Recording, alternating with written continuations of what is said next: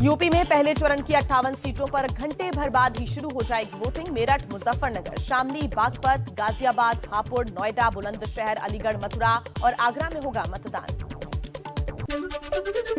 UP के 11 जिलों में सुबह 7 बजे से शाम 6 बजे तक डाले जाएंगे वोट। 2 करोड़ 28 लाख मतदाता करेंगे। 623 उम्मीदवारों की किस्मत का फैसला। सुरक्षा के पुख्ता इंतजाम, कोविड नियमों का पालन करना होगा जरूरी। पहले चरण के चुनाव में 9 मंत्रियों की प्रतिष्ठा भी है दांव पर। श्रीकांत शर्मा, सुरेश राणा, संदीप सिंह, कपिल देव अग्रवाल, अतुल गर्ग और चौधरी लक्ष्मी नारायण के सियासी भाग्य का आज होगा फैसला। केंद्रीय राज्य मंत्री जनरल वीके सिंह सुबह 10 बजे गाजियाबाद के राजनगर में वोट डालने जाएंगे। राज्यसभा सांसद अनिल अग्रवाल 11 बजे मतदान करेंगे। यूपी सरकार के मंत्री श्रीकांत शर्मा सुबह मंदिर में पूजा के बाद 7 बजे गांठौली में मतदान करेंगे। सरधना से विधायक संगीत सोम भी 7 बजे अपने गांव फरीदपुर में डालेंगे वोट। वोटर आईडी ना होने पर भी आप डाल सकेंगे वोट। आधार कार्ड, मनरेगा जॉब कार्ड, पैन कार्ड या फिर ड्राइविंग लाइसेंस समेत 12 अन्य वैकल्पिक पहचान पत्रों के इस्तेमाल की है इजाजत। प्रधानमंत्री मोदी का आज यूपी, उत्तराखंड और गोवा में चुनाव प्रचार। 11:15 बजे यूपी के सहारनपुर और दोपहर 1:45 बजे उत्तराखंड के श्रीनगर में फिजिकल रैली करेंगे। बीजेपी के राष्ट्रीय अध्यक्ष जेपी नड्डा का आज यूपी में धुआंधार प्रचार। सीतापुर, हरदोई में 3 जनसभाएं भी करेंगे। पश्चिमी यूपी की बाकी सीटों के लिए प्रचार में उतरेंगे सीएम योगी। आज सहारनपुर, बिजनौर और संभल में करेंगे चुनाव प्रचार। यूपी के डिप्टी सीएम केशव प्रसाद मौर्य की आज 2 रैलियां। शाहजहांपुर में जनता से होंगे मुखातिब। रामपुर और मुरादाबाद में कांग्रेस महासचिव प्रियंका गांधी का चुनाव प्रचार। घर घर जाकर मांगेंगी पार्टी उम्मीदवारों के लिए वोट। अखिलेश यादव और जयंत चौधरी की आज साझी जनसभा दोपहर 12:30 बजे बिजनौर के नुमाइश मैदान में जनता को करेंगे संबोधित। गोरखपुर शहर से एसपी उम्मीदवार सुभापति शुक्ला आज सुबह 11 बजे दाखिल करेंगी नामांकन। सीएम योगी के खिलाफ चुनावी मैदान में है सुभापति। कांग्रेस नेता राहुल गांधी का मिशन उत्तराखंड आज 2 चुनावी जनसभाओं को करेंगे संबोधित। संसद में बजट पर चर्चा है लगातार जारी। वित्त मंत्री निर्मला सीतारमण लोकसभा में आज तो राज्यसभा में कल बजट पर चर्चा का देंगी जवाब। पहले दौर की वोटिंग से पहले पीएम मोदी का सबसे बड़ा इंटरव्यू। कहा, ये चुनाव हमारे काम, नीतियों और नियत का है। भारी बहुमत से जीतेंगे। 5 राज्यों में जनता सेवा का मौका देगी। भारी बहुमत से भारतीय जनता पार्टी जीतेगी और भारतीय जनता पार्टी को सेवा करने का मौका इन सभी 5 राज्यों की जनता देगी। पीएम मोदी ने राजनीति में परिवारवाद पर बोला हमला। कहा, परिवारवाद ने जम्मू कश्मीर, पंजाब, यूपी, हरियाणा, तमिलनाडु, झारखंड तक का बुरा हाल किया। एक परिवार के लोग ही उस पार्टी के अध्यक्ष बने, उस पार्टी के ट्रेजरर बने, उस पार्टी का पार्लियामेंट्री बोर्ड बने। पिताजी अगर नहीं कर सकते हैं तो बेटा अध्यक्ष बने। बेटा नहीं कर सकता है और बूढ़ा हो गया है तो उसका बेटा अध्यक्ष करे। पिता नहीं रहे तो पुत्र करे। ये जो विरासत और वारसा बारिश के रूप में चल रहा है, डायनेस्टी के रूप में चल रहा है, कोई डायनेमिक्स है ही नहीं, ओनली डायनेस्टी। ये जब बनता है पार्टी परिवार की बन जाती है। पीएम मोदी ने सीएम योगी की भी तारीफ की। बोले, योगी जी ने हर असंभव काम को पूरा कर दिखाया है। आज लोग सुरक्षित महसूस कर रहे हैं। पहले गुंडा राज था, माफिया राज था, अब बहन बेटियां घर से निकलने में योगी जी नहीं ने डरती हैं। सुरक्षा को प्राथमिकता दी है, कोई कॉम्प्रोमाइज नहीं किया है। कुछ लोगों को उसके कारण तकलीफ हो रही क्योंकि उनका कारोबार वही था। आज खास करके माताओं बहनों को जो सुरक्षा मिली है ये बहुत ही महत्वपूर्ण है।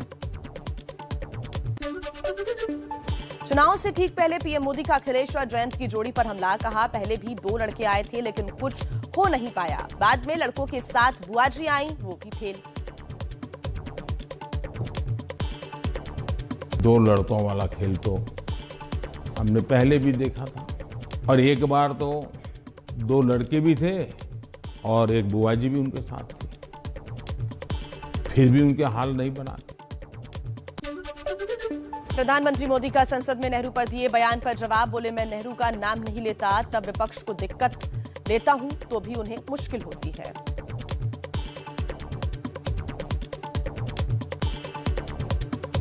मैंने किसी के पिताजी के कुछ नहीं कहा है, मैंने किसी के दादाजी के लिए कुछ नहीं कहा है, नहीं मैंने किसी नाना जी के लिए कहा है, नहीं मैंने किसी की माताजी के लिए कुछ कहा है।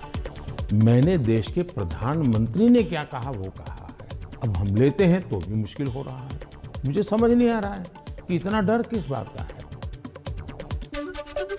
प्रधानमंत्री मोदी ने कृषि बिल पर सरकार का पक्ष देश के सामने रखा, कहा कृषि कानून किसानों के हित में थे लेकिन किसानों की मांग पर कानून रद्द किए गए।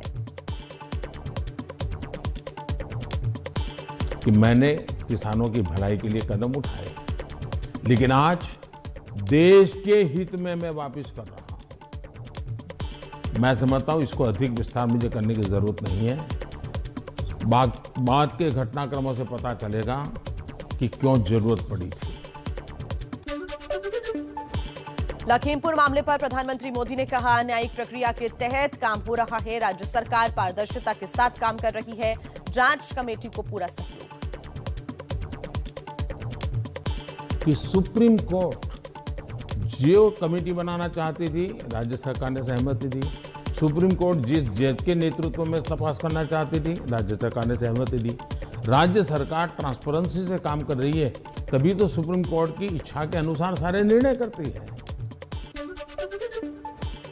पीएम मोदी ने कहा पंजाब में बीजेपी सबसे विश्वसनीय पार्टी, हम वहां सुख शांति चाहते हैं। कैप्टन और ढींढसा आज बीजेपी के साथ, छोटे किसान बीजेपी की जय जयकार कर रहे हैं।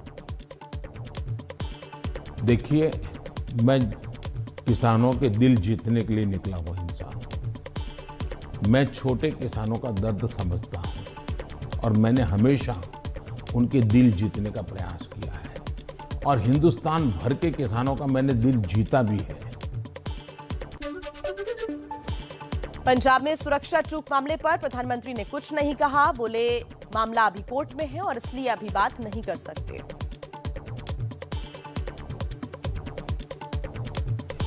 इस विषय में मैंने पूरी तरह मौन रखा हुआ है,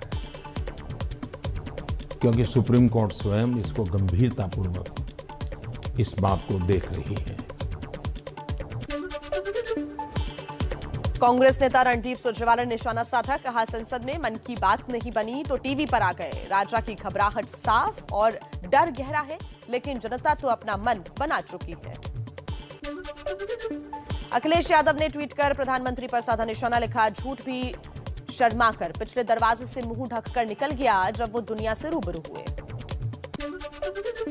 मतदान से पहले सीएम योगी का बड़ा बयान, कहा आपका एक वोट यूपी का भविष्य तय करेगा, नहीं तो यूपी को कश्मीर, केरल, बंगाल बनाने में देर नहीं लगेगी।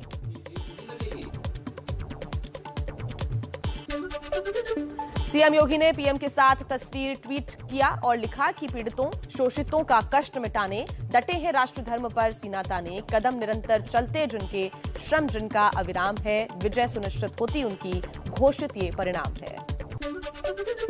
मुरादाबाद की वर्चुअल रैली में सीएम योगी ने भरी हुंकार, फिर दोहराया गर्मी वाला बयान, कहा 10 मार्च के बाद उतार देंगे गर्मी। चुनाव से पहले एबीपी न्यूज से बोले एसपी के मुखिया अखिलेश यादव, कहा सरकार बनी तो घोषणा पत्र के वादे पूरे किए जाएंगे। प्रियंका गांधी ने जारी किया यूपी के लिए उन्नति विधान के नाम से घोषणा पत्र, किसानों के लिए कर्ज माफी, बिजली बिल आधा और 20 लाख सरकारी नौकरियों का वादा किया। समाजवादी पार्टी ने गाजियाबाद और हापुड़ के एसपी की चुनाव आयोग से शिकायत की, बीजेपी के पक्ष में वोट डालने का दबाव बनाने का है आरोप। यूपी में ओम प्रकाश राजभर कर भरेंगे पर्चा, गाजीपुर की जहुराबाद सीट से लड़ रहे हैं विधानसभा चुनाव। पीएम मोदी की पंजाब में 3 जनसभाएं, 14 फरवरी को जालंधर में, 16 फरवरी को पठानकोट और 17 फरवरी को फाजिल्का में करेंगे फिजिकल रैली। पंजाब के सीएम चरणजीत सिंह चन्नी प्रचार के लिए बरनाला के भदौड़ पहुंचे, गांव के युवकों के साथ क्रिकेट भी खेला, ताश के पत्तों पर भी हाथ आजमाया। चुनावी राज्य गोवा में गृह मंत्री अमित शाह की हुंकार, चोलिंग की जनसभा में बोले, डबल इंजन की सरकार ने गोवा में विकास को दी रफ्तार, कांग्रेस ने केवल अन्याय किया। गोवा चुनाव के प्रचार के लिए बीजेपी ने पुष्पा फिल्म के शिवल्ली गाने की तर्ज पर गीत तैयार किया है। उत्तराखंड में प्रचार के लिए केदारनाथ पहुंचे जेपी नड्डा, बाबा केदार के दर्शन कर बीजेपी के लिए मांगे वोट। हिजाब विवाद पर अब कर्नाटक हाईकोर्ट की बड़ी बेंच सुनवाई करेगी। बेंगलुरु में कॉलेज और स्कूल के पास प्रदर्शन पर 2 हफ्ते तक रोक। हिजाब विवाद में बुर्के वाली लड़की मुस्कान आई सामने, कहा बुर्के में कॉलेज के अंदर जाने पर लड़कों ने किया था अटैक और नारे भी लगाए थे। Unity so every religion has the freedom और कल्चर फॉलो करते हैं नम कल्चर फॉलो करते हैं। हैदराबाद में भी छात्र छात्राओं ने हिजाब के समर्थन में किया प्रदर्शन। चार मीनार के पास तिरंगा लेकर निकाला गया मार्च।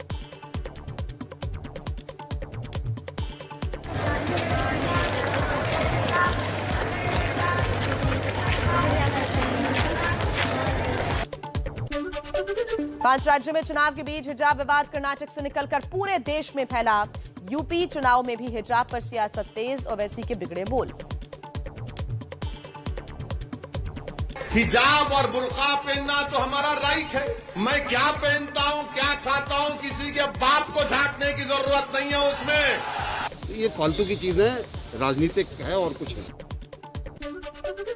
मुरादाबाद से समाजवादी पार्टी के सांसद एसटी हसन ने हिजाब पर विवाद को बताया साजिश, कहा ऐसा करने वालों की तुरंत गिरफ्तारी होनी चाहिए।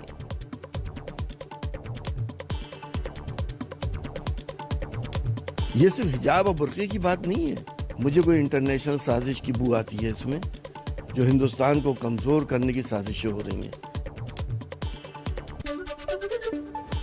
हिजाब विवाद को लेकर महिला कांग्रेस की महासचिव नगमा का बीजेपी पर हमला। योगी और साध्वी प्रज्ञा के पहनावे पर भी उठाए सवाल। Unfair because we see Yogi Adityanath wearing his attire. We see other MPs wearing their attire in the BJP, like the Sadhvi Pragya and people like that. Shiv Sena सांसद प्रियंका चतुर्वेदी ने किया हिजाब पर रोक का समर्थन, बोली स्कूल कॉलेजेस नियम कायदों का अंदर पालन होना चाहिए।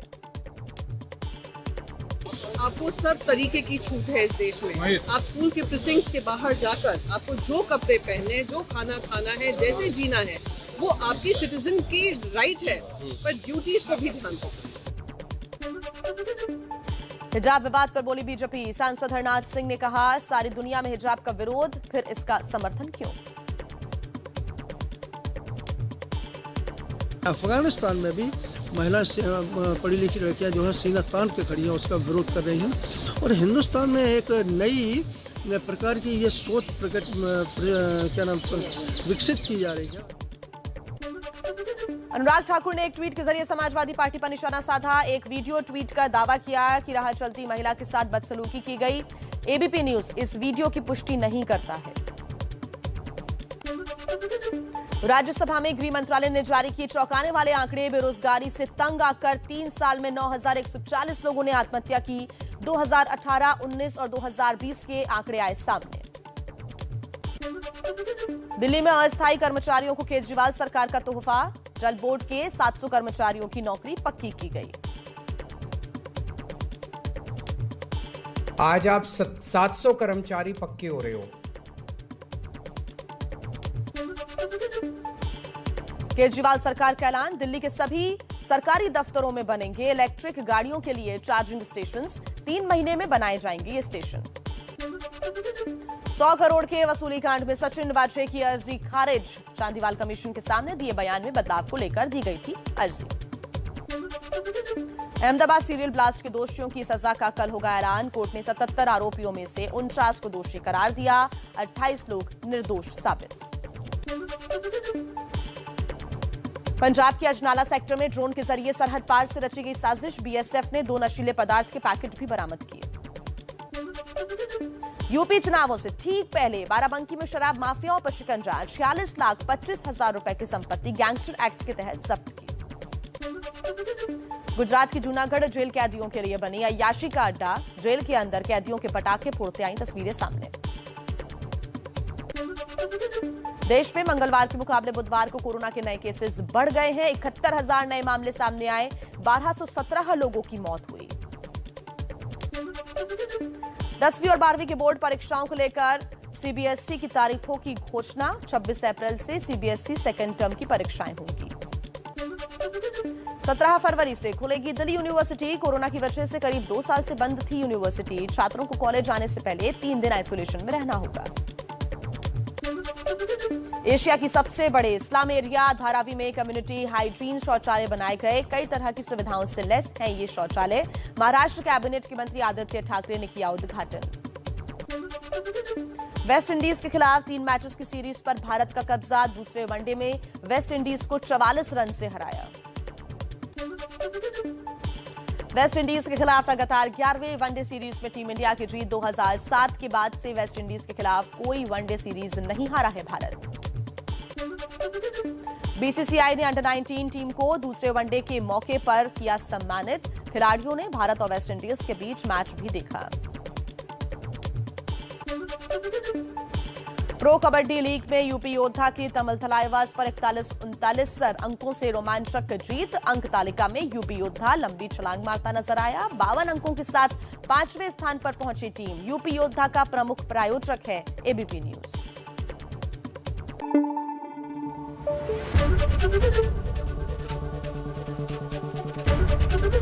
एबीपी न्यूज आपको रखे आगे।